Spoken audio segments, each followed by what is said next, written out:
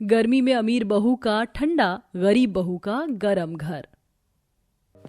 हे भगवान, कितनी तेज धूप लग रही है। 4 पैसे बचाने के लिए मीलों दूर तक चलना पड़ता है। बेटा राजू, तू ठीक तो है ना? पाँव तो दर्द नहीं कर रहे हैं तेरे? हाँ माँ, पाँव भी दर्द कर रहे हो, पसीना भी बहुत आ रहा है। अब मुझे कुछ ठंडा पीने को चाहिए। मेरा राजा बेटा, अभी बस हम सब्जी मंडी पहुंच जाएं तो वहां किसी दुकान से तुझे ठंडा पानी पिलवा दूंगी। जरा सा और चल ले। उर्मिला अपने बेटे को हिम्मत देते हुए आगे बढ़ रही थी। उर्मिला एक गरीब औरत थी जो अपने पति और बेटे के साथ रहती थी। गर्मी का मौसम था और ऐसे में पाँव में टूटी सी चप्पल डाले गरीब माँ गर्मी में सब्जी मंडी से सब्जी लेने जा रही थी। गर्मी की दोपहरी में कोई भी सड़क पर दिखाई नहीं दे रहा था। माँ, अभी और कितना चलना है? बस बेटा, पहुंच गए। ये गर्मी। उर्मिला राजू के साथ गर्मी से लड़ते हुए सब्जी मंडी पहुंची, जहां अरे भाई साहब, इस साल तो गर्मी रिकॉर्ड तोड़ है। सारा सब्जी बिकती नहीं है। जो ताजी सब्जी है खराब होनी शुरू हो जाती है। भाई साहब, मुझे ये 1 किलो आलू और 1 ही किलो टमाटर दे दीजिए। 20-20 रुपए किलो है। जी नहीं, वो मुझे ताज़ा आलू और टमाटर नहीं चाहिए। मुझे आप थोड़ा सा निबल वाला दे देना, कोई दिक्कत नहीं है। ठीक है जी, तो आप मुझे 10 रुपए दे दो। हालातों की मारी उर्मिला सब्जी मंडी से सस्ते दामों पर निबल सब्जी ले आई और घर आकर उसी में से साफ साफ सब्जी को उसने बना दिया। एक तरफ उर्मिला गर्मी में कुछ इस तरह से गुजारा कर रही थी, तो वहीं दूसरी तरफ उर्मिला की देवरानी। सुनो, थोड़ा समर टाइप के ही नेल्स बनाना, लाइट कलर्स। गर्मी में ऐसे अपने पूल के पास बैठकर सनग्लासेस लगाकर नेल्स बनवाने का भी अपना ही मजा है। रुचिका उर्मिला की ही देवरानी थी। दोनों देवरानी जेठानी अलग रहती थी और रुचिका के हालात उर्मिला से बिल्कुल उल्टे थे। जहां उर्मिला बेहद गरीब थी तो वहीं रुचिका का बहुत बड़ा बंगला था। अभी रुचिका आराम से अपने घर के गार्डन में बैठी हुई आराम कर रही थी कि तभी उसके पास उसका बेटा भागता हुआ आया। माँ, मम्मा, मुझे बहुत ज्यादा गर्मी लग रही है। मैं जा रहा हूँ फ्रिज से आइसक्रीम निकाल कर खाने। ओके डियर, लेकिन खाने से पहले अपने हाथ अच्छे से वॉश कर लेना। रुचिका की बात सुनकर राज अपने घर की रसोई में चला गया, जहां से उसने आइसक्रीम निकाल कर खाई। एक तरफ एक भाई था जिसे अपनी जिंदगी में सारे ऐशो आराम मिल रहे थे, तो वहीं दूसरी तरफ राजू था जिसे ठंडा पानी तक गर्मी में नसीब नहीं होता था। ऐसे ही रात के वक्त। अब तो ज्यादा मच्छर नहीं लग रहे हैं ना? उर्मिला, तुम क्यों रोजाना हमें हवा करके खुद को थकान देती रहती हो? गर्मी और मच्छर तो तुम्हारे लिए भी है ना। मुझे इस सबसे थकान नहीं होती है जी, मुझे अच्छा लगता है। एक तो हमारे घर में कोई सुख सुविधा नहीं है। अब क्या मैं आपको हाथ से पंखा भी नहीं कर सकती हूँ? माँ, हमारे घर में कोई पंखा या कूलर क्यों नहीं है? सभी के घर कितने अच्छे अच्छे और ठंडे ठंडे होते हैं। मेरे भी सभी दोस्तों के घर में बहुत ठंडा है। बस हम ही इतनी गर्मी में और इतने छोटे से घर में रहते हैं। माँ, हम कब अच्छे से घर में रहेंगे? राजू की बातों का उसके परिवार वाले कोई जवाब नहीं दे पाई। उर्मिला अपने परिवार वालों को रात में गर्मी में हाथ के पंखे से हवा कर रही थी। उसके घर में काफी मच्छर भी आ रहे थे, लेकिन वो गरीब परिवार किसी तरह अपनी रात बिता रहा था। वहीं दूसरी तरफ रुचिका अपने परिवार के साथ एक बड़े रेस्टोरेंट में बैठी हुई थी। सुनिए, मेरे लिए एक लेमनेड और साथ में ठंडी ठंडी आइसक्रीम ले आइए डियर। राज, तुम क्या खाओगे? चॉकलेट आइसक्रीम और फालूदा। Okay dear. कितनी जोर से मच्छर ने काटा। अमित जी, इस रेस्टोरेंट में तो मच्छर हैं। देखिए मुझे कितनी जोर से काट लिया। यहाँ पर तो इस तरह हमारी तबीयत भी खराब हो सकती है। इनसे कहिए। ठीक कह रही हो।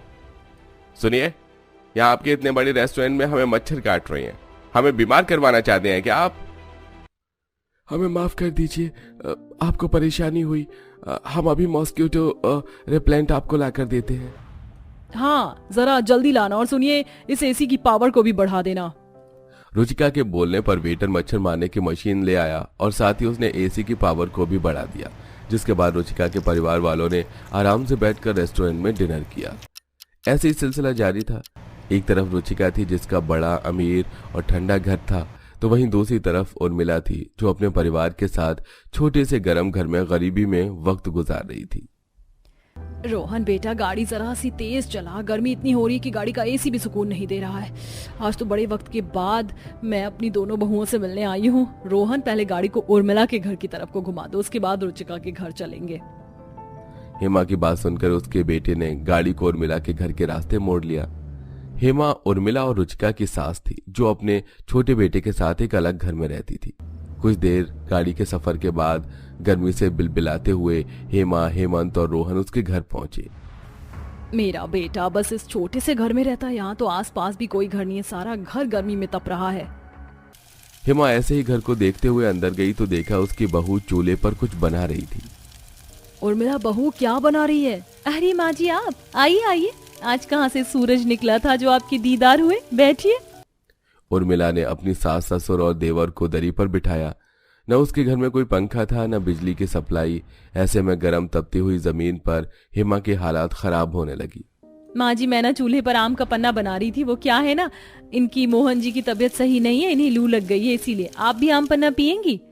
नहीं नहीं बहू, वैसे बहू तुम लोग यहाँ कैसे रहते हो, कितनी गर्मी है। बस माँ, गरीबी सब करवा देती है। अच्छा मैं आपके लिए पानी लाती हूँ। उर्मिला ऐसे बोलकर पानी लेने को चली गई और वो मटके से 3 गिलास में पानी ले आई, जिन्हें पीते ही अरे बहू, ये पानी है या चाय? ऐसे लग रहा है जैसे गैस पर उबाल कर पानी लाई हो। हाँ बाबा, बस मटका इतना ही पानी को ठंडा कर पाता है। अगर मैं आपको डायरेक्ट कुएं का पानी दूंगी तो वो तो आपसे पकड़ा भी नहीं जाएगा। बहू तेरा ये घर कितना गर्म है, तुझे इसके अंदर गुजारा कैसे करती है? मुझसे तो यहाँ अब 1 मिनट भी रुका नहीं जाएगा, नहीं तो मैं तो जल जाऊंगी। रोहन बेटा चल गाड़ी निकाल। दादी माँ, हाय मेरा राजा बच्चा कितना बड़ा हो गया है, इस गर्मी के चक्कर में तो मैं तुझे भी नहीं पूछ पाई। मेरे बेटे के गले में कितने गर्मी के दाने हो रहे हैं, मेरा छोटा सा बच्चा भी इसी गर्मी में रहता है।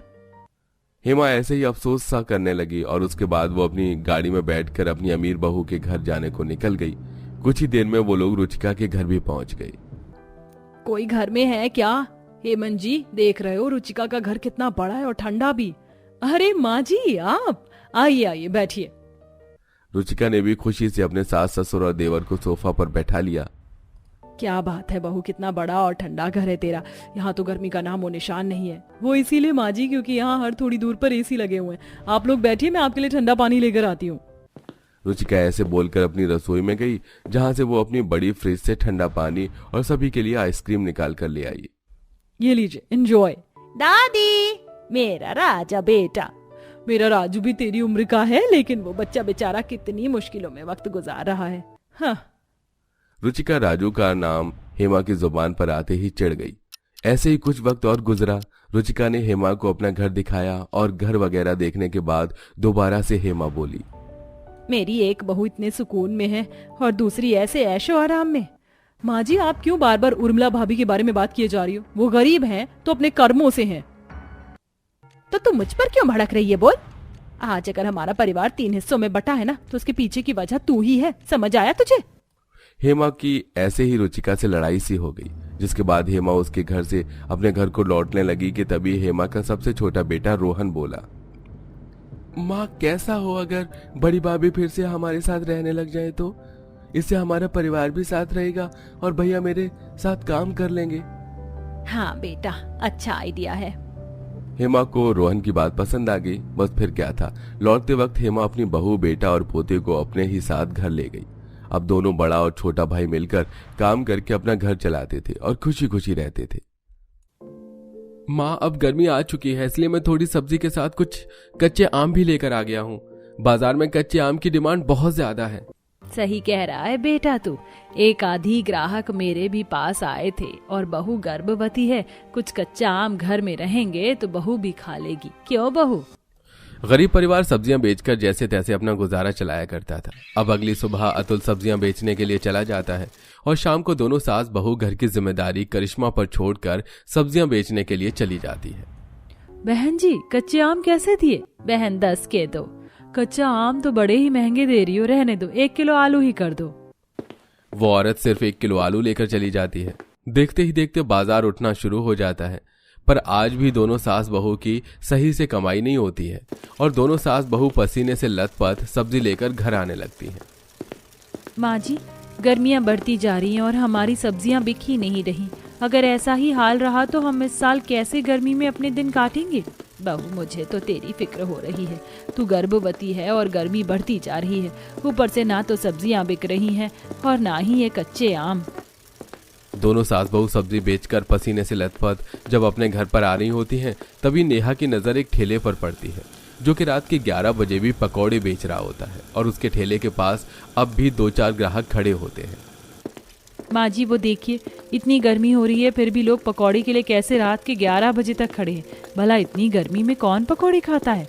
वो सब तो ठीक है बहू, पर उस आदमी को भी देख, वो कितनी मेहनत कर रहा है। इतनी गर्मी में इंसान 1 घंटे गैस के आगे खड़े नहीं होता और वो बेचारा इतनी रात तक पकौड़े बनाकर बेच रहा है। उस पकौड़े वाले को देख अर्चना और नेहा प्रेरित होती हैं और वो दोनों घर आती हैं, जहां वो देखती हैं कि अतुल की तबीयत खराब है। माँ भैया की तबीयत बहुत खराब है। आंटी से बर्फ लेकर मैं पिछले 1 घंटे से ठंडी पट्टी कर रही हूँ, पर भैया का बुखार उतर ही नहीं रहा। बहू घर में आराम कर, आज हमने जो 200 रुपए कमाए हैं मैं उन पैसे से अतुल की दवाई लेकर आती हूँ। माँ भैया की तबीयत ज्यादा खराब है, 200 रुपए से कुछ नहीं होगा। आप एक काम कीजिए, आपने जो मुझे कॉलेज की फीस भरने के लिए पैसे दिए थे, आप उससे भैया की दवाई ले आओ। कॉलेज की फीस भरने में अभी 2 महीने बाकी हैं, मैं पैसों का इंतजाम कर लूंगी। अब रात को ही अर्चना अपनी बेटी से पैसे लेकर अपने बेटे की दवाई लेकर आती है और डॉक्टर उसे कुछ दिन आराम करने को कहता है। इसी तरह कुछ दिन बीत जाते हैं और दोनों सास बहू निराश रात को कच्चे आम बेचकर घर आती हैं। ऐसे ही एक रात, माँ जी वो पकौड़े वाला तो यहीं पर पकौड़े बेचा करता था, आज उसके ग्राहक खड़े हैं पर पकौड़े वाला नहीं है। नेहा अपनी सास से बात कर ही रही होती है कि तभी पकौड़े वाला अपना ठेला लेकर आ जाता है और सभी ग्राहक उसके पास जाकर खड़े हो जाते हैं। ले बहू आ गया पकौड़े वाला। इस पकौड़े वाले की कमाई तो अच्छी हो रही है। इस गर्मी में इसके तो ग्राहक बंधे हुए हैं, नाना करते हुए भी इस गर्मी में ये दिन के 1000 रुपए तो आराम से कमाता होगा। पकौड़े वाले की कमाई देख अर्चना और नेहा को अपने लिए काफी दुख होता है। अब वो दोनों घर जाते हैं, जहाँ करिश्मा अपनी माँ और भाभी से कहती है, माँ भाभी मैं आपको बताना भूल गई, पर घर में राशन नहीं है। थोड़े से चावल रखे हैं, उसमें मैं भैया के लिए खिचड़ी बना दूंगी। घर में सब्जी और सिर्फ 2 मुट्ठी आटा रखा है। भला इतने कम आटे में हमारा पेट कैसे भरेगा। एक तो कमाई नहीं हो रही, ऊपर से ये गरीबी, और ये कच्चे आम भी नहीं बिक रहे हैं, कहीं पक ना जाए।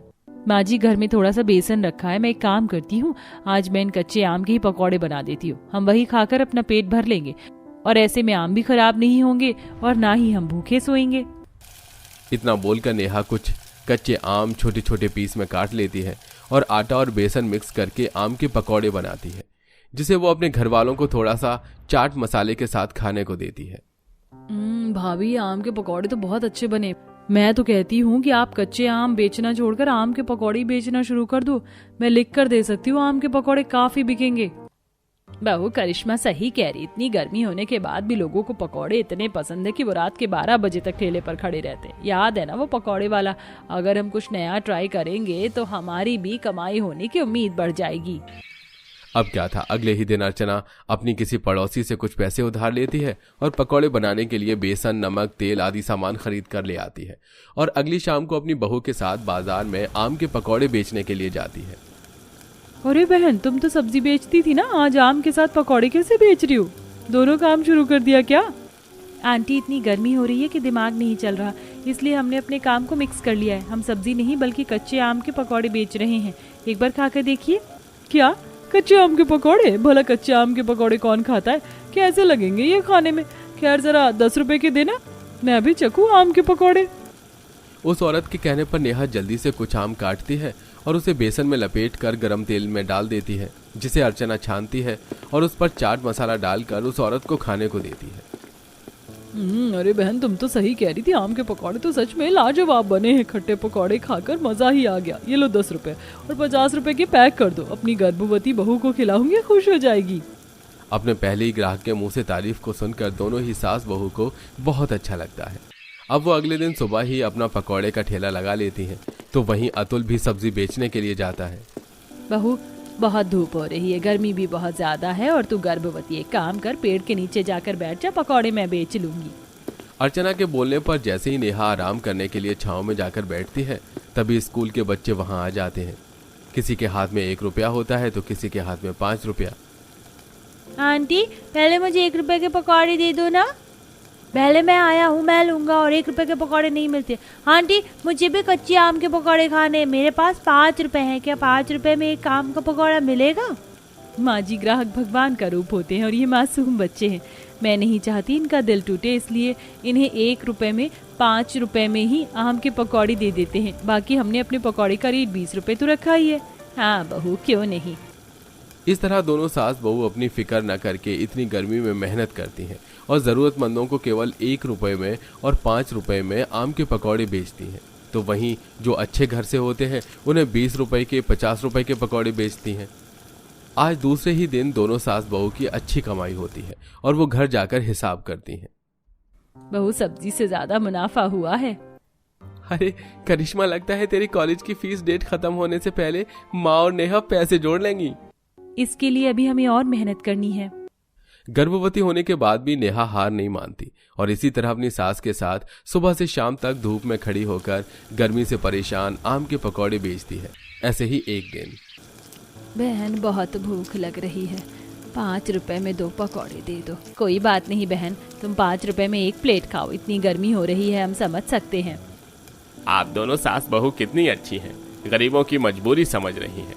भगवान ने चाहा तो आप बहुत तरक्की करेंगी, वरना आजकल के लोग बेचारे भिखारी को देखते ही भगा देते हैं और आप केवल 5 रुपए में उन्हें पकौड़ी दे रही हैं। अपने ग्राहकों की बात सुनकर अर्चना और नेहा की उम्मीद और बढ़ जाती है और दोनों सास बहू इसी तरह मेहनत करती हैं और बहुत जल्द गर्मी से बचने के लिए एक कूलर ले आती हैं।